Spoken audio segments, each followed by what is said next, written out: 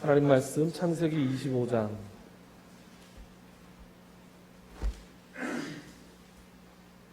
1절부터 11절. 창세기 25장 1절부터 11절. 짧은 절인데 사람 이름이 굉장히 많이 나와요. 그래서 제가 읽겠습니다. 아브라함이 후처를 맞이하였으니 그의 이름은 그두라라.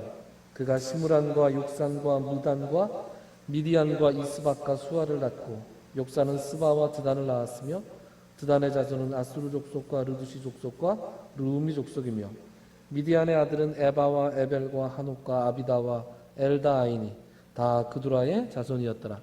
아브라함이 이삭에게 자기의 모든 소유를 주었고 자기 서자들에게도 재산을 주어 자기 생전에 그들로 하여금 자기 아들 이삭을 떠나 동방 곧 동쪽 땅으로 가게 하였더라. 아브라함의 향년이 175세라. 그의 나이가 높고 늙어서 기운이 다하여 죽어 자기 열조에게로 돌아가매 그의 아들들인 이삭과 이스마엘이 그를 마므레 앞 헷족속 소할의 아들 에브론의 밭에 있는 막벨라 둘에 장사하였으니 이것은 아브라함이 헷족속에게서 산 밭이라. 아브라함과 그의 아내 사라가 거기 장사되니라. 아브라함이 죽은 후에 하나님이 그의 아들 이삭에게 복을 주셨고 이삭은 브엘라헤로이 근처에 거주하였더라. 아멘. 지난 시간에 드디어 이삭이 주인공으로 등장을 했죠. 이삭이 주인공으로 등장했으니까 아브라함이 이제 퇴장을 해야 됩니다. 그렇죠? 그 퇴장 전에 이제 한 가지 마무리할 일이 있어서 오늘 창세기 25장은 이제 이런 얘기를 합니다. 여러분, 사람이 죽기 전에 뭐 해야 돼요? 유산 정리를 해야죠. 유언장 이행을 해야 됩니다. 그래서 여기에 25장 1절에 보면 아브라함이 후처를 맞이하였으니 이런 얘기 나옵니다. 아니, 뜬금없이 또 후처가 나와요. 네. 오늘 본문에 나온 순서대로는, 그리고 오늘 본문 이 번역본의 뉘앙스는 사라가 죽은 다음에 이 그두라라고 하는 후처를 맞이한 것처럼 보이지만 실제로 그랬을까? 라고 의문을 품는 사람들도 많습니다. 여기에 그 후처, 또 역대상 1장에는 소실 이렇게 번역되어 있는데 히브리어 원문에는 그냥 여자 이렇게 되어 있습니다. 여자를 맞이했는데 문맥에 따라 후처 또 소실 이렇게 번역을 했어요. 그런데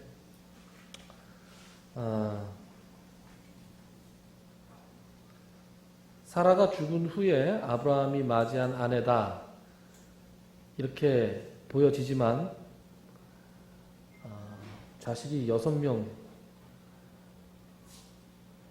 사라가 죽은 다음에 아브라함이 한 35년 정도 더 사는데 35년 동안 이 노인장께서 자식을 6명이나 낳는다? 이게 참 힘도 좋으시지 이런 생각도 들고 그래서 물론 뭐 이제 뭐 100세 아들을 낳는데 뭐 100세 이후에 뭐 또 아들을 못 낳으라는 법이 있냐? 예, 그렇게 볼 수도 있고 어쨌든 그두라가 사라 생전에 취한 여자냐 아니면 사라 사후에 취한 여자냐에 대해서는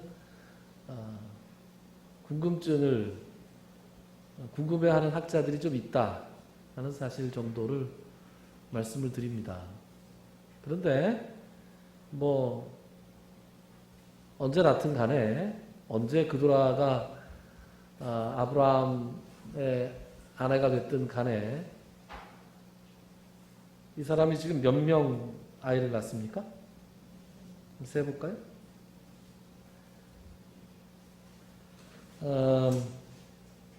시므란과 욕산과 느단과 미디안과 이스박과 수아 6명이잖아요. 여러분 주일학교 애들 부르는 찬송 생각나세요? 믿음의 조상 아브라함은 몇 명이요? 12이요? 아닌데 주일학교를 미쿡에서 7명의 아들이 있었는데요. 그렇게 배웠죠? 그 세대들이 아니신가요? 70년대부터 있었던 찬송인데 주일학교에서. 근데 믿음의 조상 아브라함이 7명의 아들이 있었던 건 맞습니까? 지금 6명. 이삭 또 이스마엘 8명이잖아요. 어떻게 된 거죠? 아브라함의 아들 7명 설이 있고 8명 설이 있습니다. 오늘 설이 많대요. 요렇게 그냥 3명, 이렇게 세면 8명이 맞는데, 이게 원래 이제 미국 노래예요. 미국 노래인데, Father Abraham had 7 sons 이런 노래가 있어요. 근데 그게 옛날에는 7 sons 그랬는데 요새 찾아보면 had many sons 이렇게 많은 아들 이렇게 바꿔놨어요. 그러니까 이게 논란이 있다는 얘기죠. 원래 작곡됐을 때는 7 sons다. 7명의 아들이었다. 그럼 왜 7명이라 그랬느냐? 여기 6명의 이름이 쭉 나와 있지만 마지막 수아라고 하는 사람은 딸이다. 이런 설이 있습니다. 홍수아를 생각하면 곤란하죠. 근데 그런 건 아니고요. 수아가 딸이라는 설이 있습니다. 그래서 그 설을 믿는 사람들은 아브라함의 아들이 7명이었다. 아니면 그냥 그대로 다 아들로 봐서 딸이라는 말이 없다. 아들이다. 그렇게 해서 6명, 그러면 이제 8명의 아들이 되는 것이죠. 그래서 믿음의 조상 아브라함, 요새도 부르는 것 같더라고요. 주일학교에서. 그리고 원래 그거는 원래 주일학교에서 애들 재밌게 율동하려고 만든 노래잖아요. 여러분 아세요? 오른손 올려요, 왼손 올려요 그러면서 막 나중에는 막 그 춤을 추는데, 우리나라에서는 그렇게 배우는데 사실 미국에서는 그렇게 배우는 게 아니라 가사가 좀 달라요. 믿음의 조상 아브라함은 7명의 아들이 있었는데 키가 작고 크고 이런 얘기는 영어 가사에는 안 나오고요. 그들에게는 또 아브라함이라는 아버지가 있었고요. 그런 다음에는 이제 뭐라고 나오냐면, 그런데 그들은 절대로 웃지도 않고 절대로 울지도 않았어요. 그러면서 이제 무표정하게 오른손 올리고 왼손 올리고 나중에 머리까지 막 흔들고 그러는 거예요. 그래서 아이들이 둥그렇게 서가지고 그렇게 하면 웃어도 안 되고 울어도 안 돼. 그러니까 표정을 딱 붙이고 몸을 막 흔드니까 그게 너무 웃겨서 애들끼리 그걸 하면 막 자지러지고 웃습니다. 인터넷 찾아보시면 막 애니메이션으로도 만들어 놓고 막 그랬는데, 제가 설교 준비하다가 이거 다 찾아보고 낄낄거리면서 이제 웃었던 생각이 좀 납니다. 어쨌든 아브라함의 아들이 이스마엘, 이삭만 있다고 생각하셨던 분들에게 6명이 지금 추가됐습니다. 5명 내지는 6명. 그런데 이 대목에 대해서, 그두라라는 후처가 나오는 대목에 대해서 칼빈 선생님은 그 장로교의 그 시조가 되는 칼빈은 좀 삐딱하게 봅니다. 아니 그냥 살지 그렇게 또 여자를 또 맞이해가지고 이스마엘 한번 되었으면 됐지, 또 맞이해가지고 애를 그렇게 또 많이 낳아서 그렇게 복잡하게 만드냐. 에이, 칼빈은 이렇게 좀 썰었고, 루터 들어보셨죠? 마틴 루터는 입장이 좀 달라요. 칼빈은 좀 금욕주의적이었단 말이에요. 칼빈은 평신도 시절에 이제 법학자였고, 이 법학을 하다가 이제 개신교로 개종을 해서 기독교 강요라는 책을 쓰고, 그 다음에 이제 결혼을 합니다. 결혼을 한 다음에 아이를 하나 낳긴 낳았는데, 그 아이가 좀 조산아였어요. 그래서 조산아라서 칼빈은 도산 일찍 낳다가 죽고 아내도 또 일찍 죽고 그래서 칼빈은 자기 아이가 없었어요. 루터는 원래 신부님이었잖아요. 원래 신부님이었는데 이 교황청의 그 면죄부 판매에 반대하는 95개조 반박 성명을 딱 붙인 다음에 그 다음에 이제 그 신부나 수녀도 결혼을 할 수 있다라고 이제 주장을 하면서 이제 신부들을 해방시키고 수녀들을 해방시키면서 수녀 중에 하나와 결혼을 했어요. 그래서 이 양반이 늦게 결혼하셔가지고 42인가 결혼을 하셔가지고 애를 6이나 낳았습니다. 그래서 루터는 이 대목을 주석을 하면서 뭐라고 주석을 하냐? 하나님께서 아브라함에게 네 자손이 네 씨가 하늘의 별처럼 바다의 모래처럼 많을 거라 하지 않았냐? 그래서 그런 차원에서 그러한 약속을 이루어 주시는 차원에서 이렇게 구드라를 통해서 아들을 많이 주셨다. 뭐 이렇게 했습니다. 오늘날 21세기 대한민국의 윤리로 이 처첩을 두는 것은 용납이 되지 않죠. 아내를 여러 명 두는 것은 용납이 되지 않습니다. 그러나 지금 우리의 기준, 윤리적 기준으로 이 족장시대, 지금부터 몇천 년 전의 족장시대에 아브라함의 잘잘못을 따지는 것은 좀 타당한 것 같지 않지요. 그런데 그럼에도 불구하고 아내가 많고 한 아내를 통해서 아이가 많은 게 아니라 많은 아내를 통해서 많은 자식을 낳으면 반드시 문제가 생겼어요. 그렇지 않았습니까? 문제가 생기지 않겠습니까, 여러분? 첫 번째로 무슨 문제가 생겨요? 재산 문제가 생기죠. 그것이 만약에 권력과 관계된 왕이라면 권력에 관한 문제가 생기잖아요. 여러분, 다윗이 아내가 많았잖아요. 아내가 많고 아들이 많아서 그 아들들끼리 어떻게 합니까? 그 아들이 이복, 누이를 겁탈하고 그것 때문에 앙심을 품은 또 이 아들이 그 아들을 죽이고 서로 싸우고 죽이고 하는 일들이 막 일어나잖아요. 그래서 하나님께서는 이스라엘에게 왕을 허락하실 때 왕들은 말들을 많이 두지 말고 그리고 아내를 많이 두지 말라. 이런 말씀을 하세요.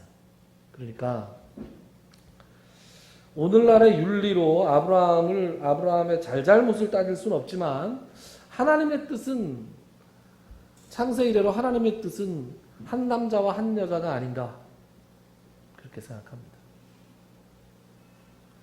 물론 사별을 한 다음에 재혼을 하는 건 또 예외예요. 예외입니다.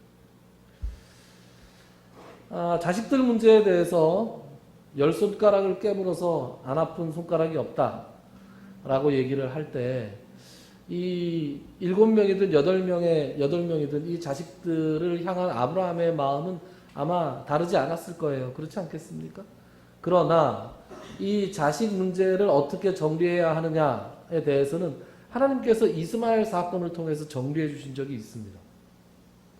하나님께서 이삭이 젖을 떼던 날에 이스마엘이 이삭을 놀렸잖아요. 놀렸을 때 사라가 대노하면서 이 자식을 내쫓으라 이렇게 얘기했을 때 아브라함이 심히 고민했죠. 심히 고민했을 때 하나님께서 아브라함에게 직접 말씀을 주십니다. 뭐라고 말씀을 주시느냐?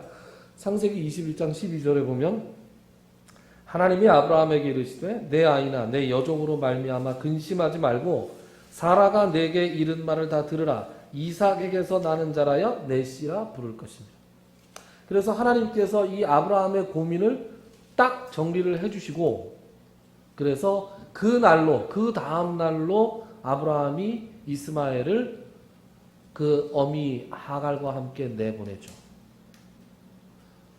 그래서 두 번째 과제가 주어졌을 때, 즉 이 6명의 자식을 어떻게 할 것인가 문제에 아브라함이 맞닥뜨렸을 때 아브라함에게는 원칙이 분명히 있었어요.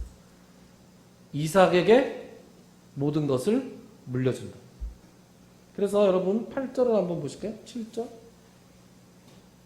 6절이군요. 5절이군요. 죄송합니다. 5절에 이런 말씀이 나오죠. 아브라함이 이삭에게 자기의 모든 소유를 주었다. 그런데 6절에 보니까 자기 서자들에게도 재산을 주어서 자기 생전에 그들로 하여금 자기 아들 이삭을 떠나 동방 곧 동쪽 땅으로 가게 했다. 그랬습니다. 즉 서자들도 나몰라라 하지 않고 서자들에게도 적당한 재산을 주고 그들이 살 수 있도록, 그러나 약속의 자손 이삭 근처에서는 살지 못하도록 멀리 보냈습니다. 그래서 아브라함이 죽었을 때 장사를 지내러 이 모든 자식들이 다 모인 게 아니라 이삭과 이스마엘 둘이 모입니다. 적어도 성경의 기록상으로는 그렇습니다. 어디 나와요? 9절에 보면 그의 아들들인 이삭과 이스마엘이 그를 장사했다라는 말씀이 나오죠. 그러니까 어쩌면 부고도 닿지 않을 만한 멀리 그들이 그 아들들이 나가서 살았을 수도 있고, 아니면 부고를 듣고 왔는데 중요하지 않은 아들들이라 기록이 안 되어 있을 수도 있습니다. 자, 이 일들을 아브라함은 자기가 살아있을 때, 자기가 죽고 난 다음에 문제가 생기지 않도록 이제 살아있을 때 다 마무리했습니다. 이제 어떻게 해야 돼요? 이제 아브라함에게 뭐가 남았어요? 이제 퇴직하는 것이 남았어요. 은퇴하는 것이. 이 아브라함이 은퇴하는 장면을 8절 이렇게 표현합니다. 그의 나이가 높고 늙어서 기운이 다하여 죽어 자기 열조에게로 돌아갔다. 그랬습니다. 여기서 기운이 다하여 죽었다. 기운이 다했다는 말. 이 개역 한글 성경에는 기운이 진하여, 기진, 맥진하다 있죠? 진하다. 이 히브리어 원문대로 번역을 하면 좀 더 은혜롭습니다. 뭐라고 되어 있냐 하면 아브라함이 그의 영을 단념했다. 이렇게 나옵니다. 단념했다. 영어로는 gave up 이런 표현을 써요. gave up his ghost 이런 표현을 씁니다. 그의 영을 단념했다. 그러니까 뭔가 이런 느낌이 있는 거예요. 아브라함의 죽은 모습을 묘사할 때 어떤 느낌이 있냐 하면 내려오기 싫어서 내려오는 느낌이 아니에요. 조금 더 살고 싶은데 아둥바둥 하는데 더 못 살고 죽는 모습이 아니에요. 어떤 모습이에요? 하나님, 내가 이제 이 땅에서 한 일은 이제 다 한 것 같습니다. 이제 내가 그렇게 그리던 이제 하나님을 이제 뵙고 싶습니다. 하나님, 제가 이제 하나님께 가고 싶습니다 하고 자기가 사직서를 내어놓는 것 같은, 사의를 표하는 것 같은 그런 함의가 있는 것이죠. 여러분, 아브라함은 물질의 복을 많이 받은 사람이었어요. 그렇죠? 그에게 양과 또 가축과, 양을 비롯한 가축과 은금과 재물이 많았고, 지금 보니까 자식들도 많았고, 그죠? 그리고 그가 거느리는 사람들도 되게 굉장히 많았습니다. 그러나 그 사람은, 아브라함은 지금 이때까지 175세가 되어서 하나님께로 돌아갈 때까지 그의 땅을 단 한 평도 소유하지 않았어요. 그가 소유한 땅이 있다면 딱 하나죠. 뭐였어요? 무덤이었죠. 무덤. 아내 사라가 죽은 다음에 그 아내를 장사 지낼 땅을 가나안 땅에 마련하기 위해서 막벨라 굴을 돈을 주고 사죠. 그거 외에 자기의 죽음 후에 자기의 육신이 묻힐 곳을 제외한 그 어떤 땅도 아브라함이 소유하지 않았습니다. 그리고 그는 늘 장막을 치고 살았어요. 여러분, 장막을 치고 산다는 게 뭐예요? 언제든지 휙 걷어서 떠난다는 거예요. 이 땅에서 천년 만년 살 것처럼 살지 않는다는 거예요. 이 땅에서 뭔가 움켜쥐고 살려고 하는 모습이 아브라함에게 없었던 거예요. 왜요? 그에게 본향을 사모하는 마음이 있었기 때문에 그렇습니다. 여러분, 제가 창세기를 지금 37번째 강연을 합니다. 여러분들은 모르시겠지만 저는 매번 셌으니까 알죠. 오늘이 창세기 강해 37번째 날입니다. 그리고 이제 우리는 아브라함을 보내드려야 되는 때가 왔어요. 저는 정이 너무 많이 들었습니다. 매주 거의 매일 아브라함에 대해서 읽고 아브라함을 생각하고, 그러니까 이제 아브라함을 보내려고 하니까 마음이 얼마나 서운한지. 그리고 아브라함이 떠나시는 그 길의 뒤에서 박수를 이렇게 아브라함의 모습이 사라질 때까지 쳐드리고 싶은 마음이 제게 있습니다. 아, 참 잘 사셨습니다. 참 잘 사셨습니다.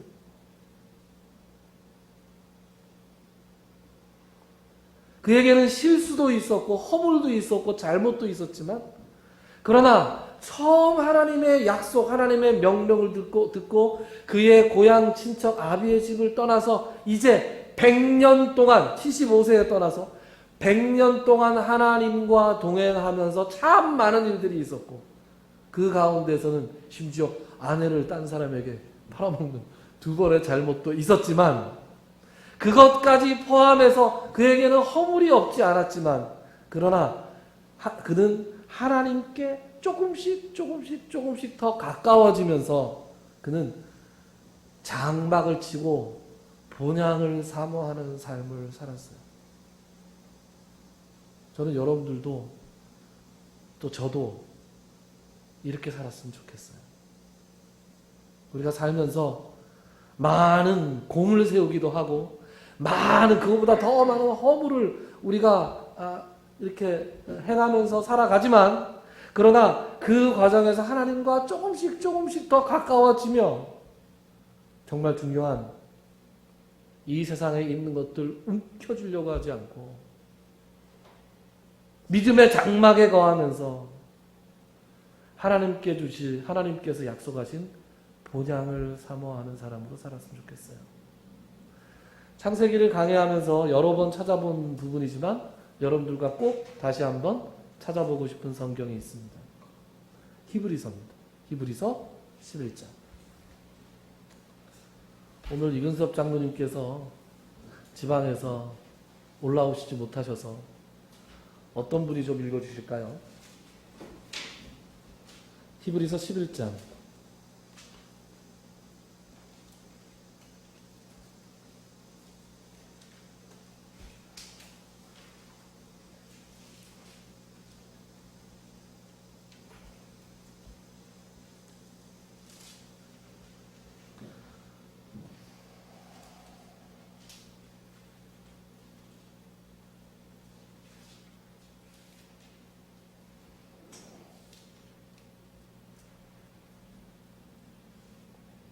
히브리서 11장 13절부터 16절까지. 양 목사님께서 읽어주시겠습니까? 네.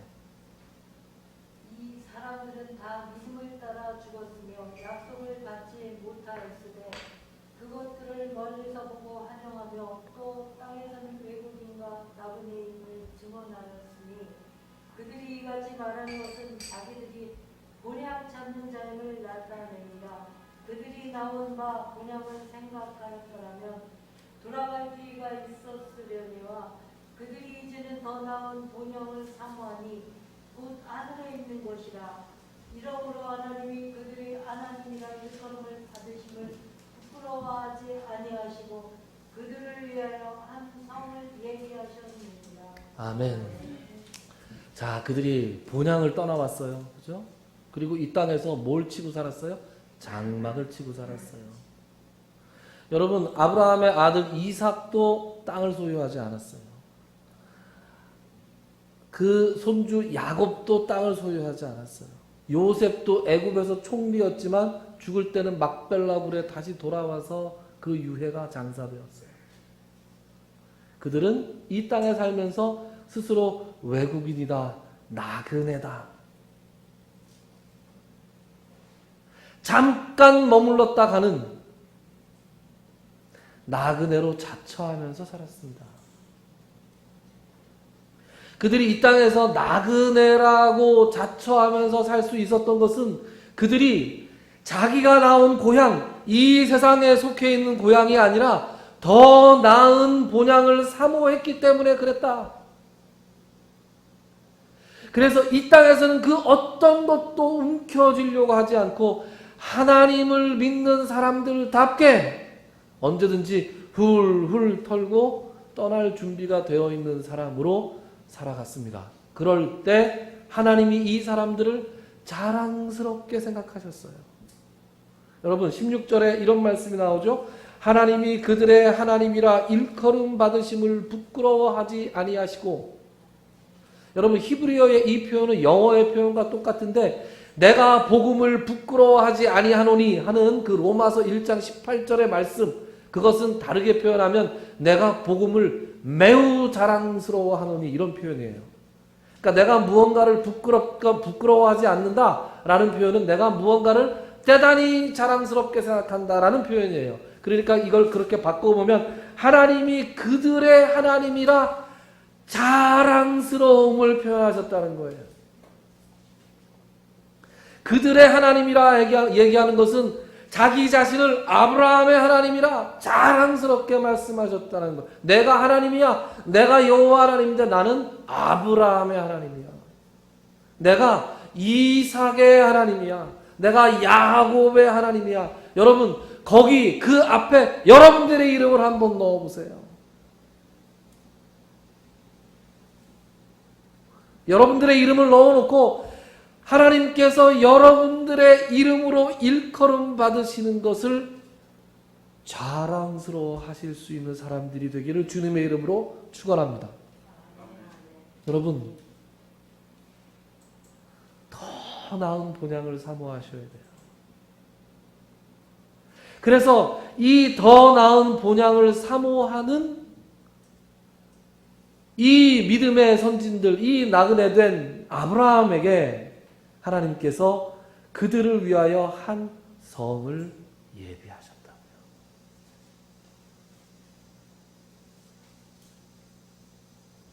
그래서 그 성을, 저 혼자 생각인데 그 성을 아브라함이 봤을 것 같지 않아요?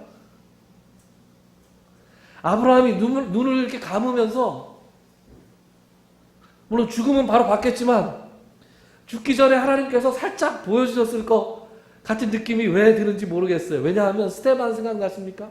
여러분 스데반이 사도행전 7장에서 사람들에게 일장연설을 합니다. 아브라함으로부터 시작해서 쫙 해서 예수 그리스도까지 쫙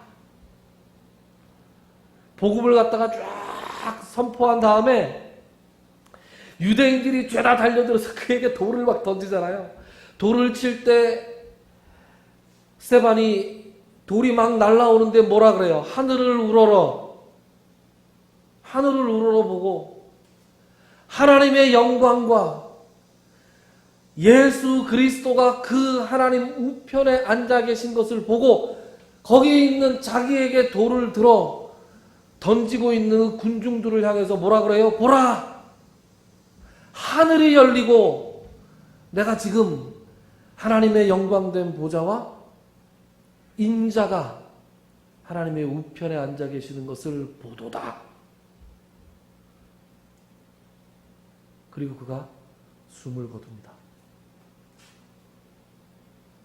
하나님께서 영광스러운 하나님의 보좌와 예수 그리스도의 모습을, 하늘에 계신 모습을 스데반에게 잠깐 보게 하시고 그리고 그곳으로 스데반을 인도해 가셨어요. 믿음의 사람들은 그런 거예요. 믿음의 사람들은 조금씩 하나님 앞에 더 가까이 다가가다가 그리고 마지막에는 이제 하나님께서 나에게 주신 때가 다 가까웠구나. 하나님, 이제 제가 하나님 곁으로 갑니다. 사도 바울이 그랬잖아요. 나의 달려갈 길을 다 마치고 나의 떠날 시각이 가까웠도다. 이제후로는 나를 위하여 영광의 의의 면류관이 나에게 예비되어 있다. 자신의 마지막을 직감하면서 사도 바울이 이렇게 얘기하죠. 저는 여기 계신 여러분들과 제가 이런 사람들이 되었으면 참 좋겠어요. 이 세상에서는 나 그대로 살아가는 거예요. 아브라함처럼. 이 세상의 재물과 권력과 이 세상에 속한 행복이 하나님께서 예비하신 것보다 결코 더 나을 수 없다는 것을 날마다 깨달으며 하나님 앞에 한 걸음 한 걸음 가까이 가는 삶을 사는 사람들이 되었으면 좋겠어요. 그리고 우리에게 그것이 몇 년이든 간에 우리에게 마지막 순간이 왔다는 것을 하나님께서 가르쳐 주실 때, 하나님, 제가 이곳에서 다 살았습니다. 이제 저를 하나님께서 맞이해 주십시오. 아브라함처럼 아름답게 퇴장할 수 있으면 참 좋겠습니다. 저는 아브라함의 뒷모습에, 아브라함의 가는 모습에 박수를 보냅니다. 제가 여러분들이 가는 모습에, 또 제가 가는 모습에 여러분들께서 박수로 아름답게 보내줄 수 있는 그 끝이 있으면 오늘 창세기를 마무리하면서 아브라함을 보내면서 우리가 가질 수 있는 다짐과 소망이 아닐까, 그렇게 생각합니다. 기도합시다. 하나님, 우리에게 더 나은 본향이 있다는 것,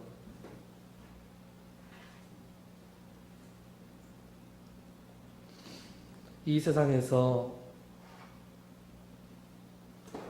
우리가 누리는 부유함들, 넉넉함들, 건강함들, 이 세상에서 우리가 맞닥뜨리는 여러 가지 어려움들,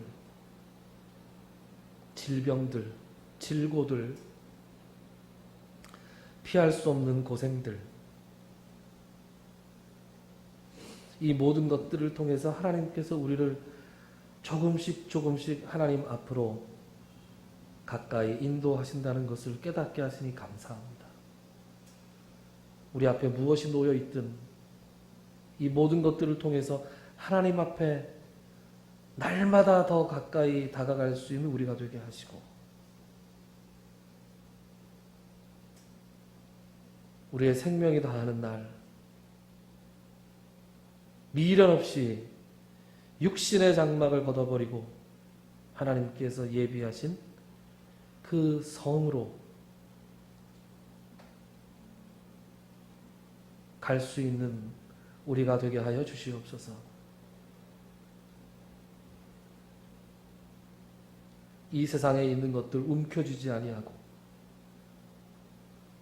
오직 하나님께 더욱더 가까이 가는 것으로 우리의 기쁨을 삼으며 우리의 모습으로 인해서, 그러한 우리의 믿음의 모습으로 인해서 하나님께서 우리를 자랑스러워 하시는, 우리의 이름으로 일컬음을 자랑스러워 하시는 그런 영광이 우리에게 있을 수 있도록 주님께서 우리의 삶을 주관하여 주시옵소서. 예수님의 이름으로 기도드리옵나이다. 아멘. 찬송가 492장입니다.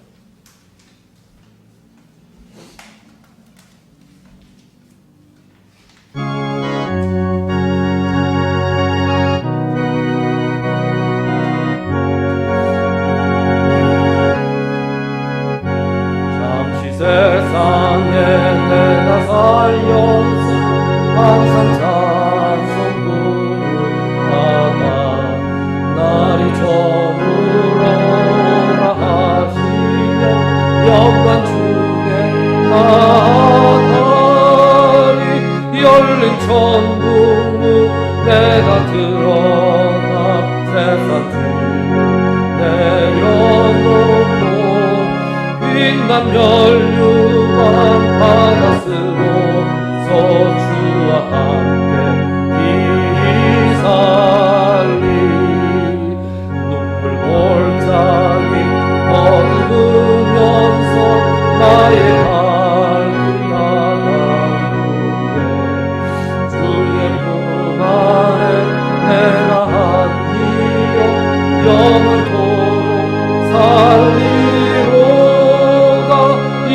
열린 천국문 내가 들어가 세상 뒤를 내려놓고 빛난 멸류관 바다 쓰고서 주와 함께 길이 살리 나의 가는 길 멀고 험하고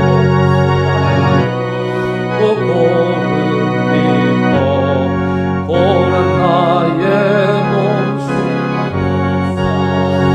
복된 날이 밝아오리 열린 천국문 내가 들어가 세상 짐을 내려놓고 빛난 멸류관 바다 쓰고서 주와 함께 길이 살리 한숨 나시고 주름 없는 날 사모하며 기다리니 내가 그리던 주를 배울 때 나의 기쁨 넘치리라 열린 천국문 내가 세상 내려놓고 빛난 멸류관 바다 쓰고서 주와 함께 달리 살리. 이제는 우리 주 예수 그리스도의 무한하신 은혜와 하나님 아버지의 지극하신 사랑하심과 성령님의 감동, 감화, 교통, 치유하시는 역사가 오늘 이곳에서 또 각자의 처소에서 함께 예배드리며 영원하신 하나님의 예비하신 곳을 소망하는 모든 성도님들 머리 위에와 그들의 가정과 그들이 행하는 모든 사역 위에 그들의 환부 위에 이제로 영원토록 함께 있을지어다. 아멘.